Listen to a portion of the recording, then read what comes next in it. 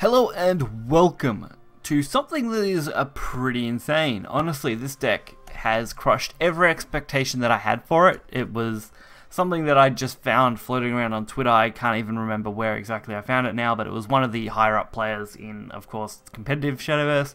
And considering when I saw this deck, I was like, wow, this is incredibly cheap as far as meta goes, and honestly, I expected it to do reasonably well, as it is a more aggressive deck, and aggro decks right now are very popular and doing very well. But if you've seen my last sword deck video, you can see it was quite heavy on legendaries and was still more of a mid-range deck over being a more aggressive deck. And this deck, gotta say, props to the guy who did come up with it. I've completely blanked on where I've pulled this from now, but if I remember, I will remember to put it in the description or wherever. But hopefully you guys can enjoy this deck. It's absolutely insane. Honestly, full on against Rune.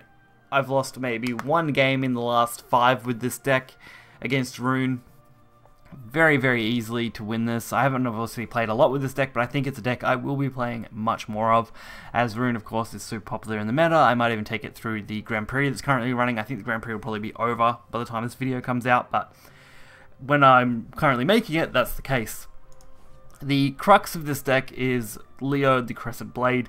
Absolutely insane card. A Veil of Reckoning, comboing it together allows you to get a lot of damage out. Comboing it, of course, again with Craving of Splendor and any other buff cards, things like Forged Weaponry, or of course the 6-drop here, is absolutely nuts. This is purely going to be SwordCraft versus RuneCraft. Pretty sure they're all Mysteria rune decks, but either way, absolutely insane. So we're going to get right into it. It's going to be 3 very, very quick games, all ending around turn 6. Going to be fun. So let's get into it and take a look. So sorry guys if the intro was a little too enthusiastic. I'm just a big lover of ambush sword style decks. Always kind of have been. If I had to play any kind of aggressive sword deck, I always loved playing ambush ones. Curse General used to be my bread and butter for just having absolute fun and obviously pulling off some insane combinations. And this deck just brings back that feeling that I loved when it came to playing Shadowverse. Sometimes it feels a very big drag and a bit of a boring meta, but this deck in particular really got me hooked back in as far as ambush sword went. I definitely really love playing it. So starting off, I always try and go for a decent turn 2 play. Aiming for any kind of ambush is always the way to go. Anytime I can get, of course, Leod is much better than Innocent Princess, but Innocent Princess is not a bad option. So Innocent Princess, though, I did decide to just take the attack option, as I did work out that, of course, Mysteria probably isn't going to be able to handle that immediately, unless they do have Seraphic Blade. That's kind of the only card that kind of cripples this deck and why you want to ambush more often. But since we didn't see it last turn, the odds of them having it severely decreased. And even if they had, I could have pretty easily set up again with something like Usurping Spine Blade and things like that. This way we just forced out a lot of removal. And it gives us a pretty nice chance to just play a Frontline Cavalier straight up, healing us back up to 20 and eliminating our opponent's board, also making it very difficult to remove. And again, we got another Princess Prim. Could not ask for a much better setup. Fiery Embrace, that hurts a little bit. Oh, even better, our 6-drop. That's going to buff this board up, plus the Evo, getting us 6 damage to the face, set up with a really intense board and very difficult to deal with, especially this early for Rune. This is why this deck does perform so well. It can both go for just the full-on Leod ambush setup, or it can do something like this, which is more board heavy and more spread out buffs, which is absolutely nuts to play. So when I start out a match with this deck, I like to start out by looking for a decent 2-drop play, which I did mention in the last one.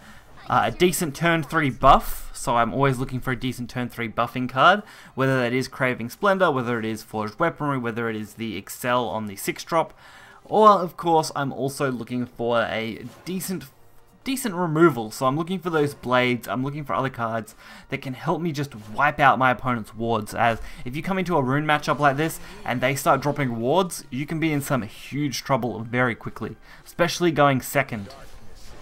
Sky Commander Celia is also a really good card and can really help you pick up those lethals, and does a wonderful job when played. So as you see here, Forged Weaponry does a really good job. We're also going to be able to go for the Evo next turn, which is even better. So with a quick evo on this, we're going to take it up to being a 5/7, which is an insane amount of stats. We can also deal some damage to the face with this Veiled Reckoning, which is 0 cost of course, so that does get us 6. We can send it back into ambush and set up a ward. We could have also went for Kunoichi, but I did decide to forego that.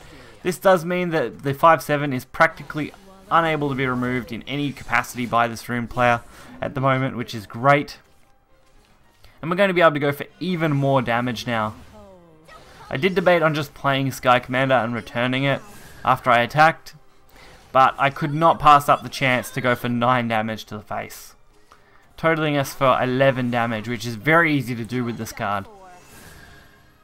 And sorry, actually it's 14 damage, 5 plus 9. I've got to make sure I work that out right. Plus of course the 1 off the thing, so technically 15. Very easy to do with that card. So we actually get a pretty easy win here. Dragonites, Celia, Quick Blader, all of which perfect to win this kind of match. Very, very easily. Which is great. I could, again, not ask for a much better deck to deal with Rune right now in the current meta. How this deck plays against other crafts though, I'm not really sure yet. Of course, Dragon shouldn't be too hard to match up because it plays very similarly to Rune, looking at very late game cards. Haven can be a little more iffy sometimes because they have a little bit better non-targeted removal, so dealing with an ambush is a little easier. But because this deck's so fast, I feel like even Haven would struggle to keep up. Maybe the wards could be better. But if you watch my last Haven video, that deck could probably do a fairly decent job of eliminating this kind of SwordCraft deck. And again, we got a pretty nice starting hand, but honestly, with the amount of good cards you're running for your early game, it's very hard not to get a decent start. The odds of you bricking completely would be extremely low. The only matchup I lost against Rune was they just kept dropping wards. It's really hard to make any kind of comeback if they go Magic Circle, into something like Light Mage, into just ward after ward after ward. It's really difficult to win that, but I did give them a good run for their money in that match and got them very low. I got them to, I think, 2 or 3 health and just couldn't get past 4 wards at the same time, so well, that was a little disappointing. It did make for a very close matchup and was something I was like, wow, okay, this deck, even in the worst situation possible, still got so close to being able to wipe out Rune players. So definitely something I would recommend if you're looking to climb currently, if Rune of course is still super popular when this video goes out, as of course this video won't go out for a few days as I'm making it, which isn't necessarily a bad thing. So we're going to be able to go for 6 damage, plus of course Veiled Reckoning would be an extra 1, but we don't need to use that yet. But our opponent did end up just flat out conceding this. So even with 3 matches, this video is still reasonably short. And I just honestly don't have enough praise for how well this deck can handle itself in that Rune matchup. And it's definitely a very straightforward deck, but at the same time there are some very interesting decisions to make. Sometimes you want to either remove something or go for a buff, and you've really got to decide on which option you want to take and which one might be more beneficial based on what your opponent might have. Most of the time though, buffing is fairly safe. Craving Splendor, such an amazing card to use, really enjoyed using that. Of course, Forged Weaponry and the 6-drop here, great cards as well, as you saw.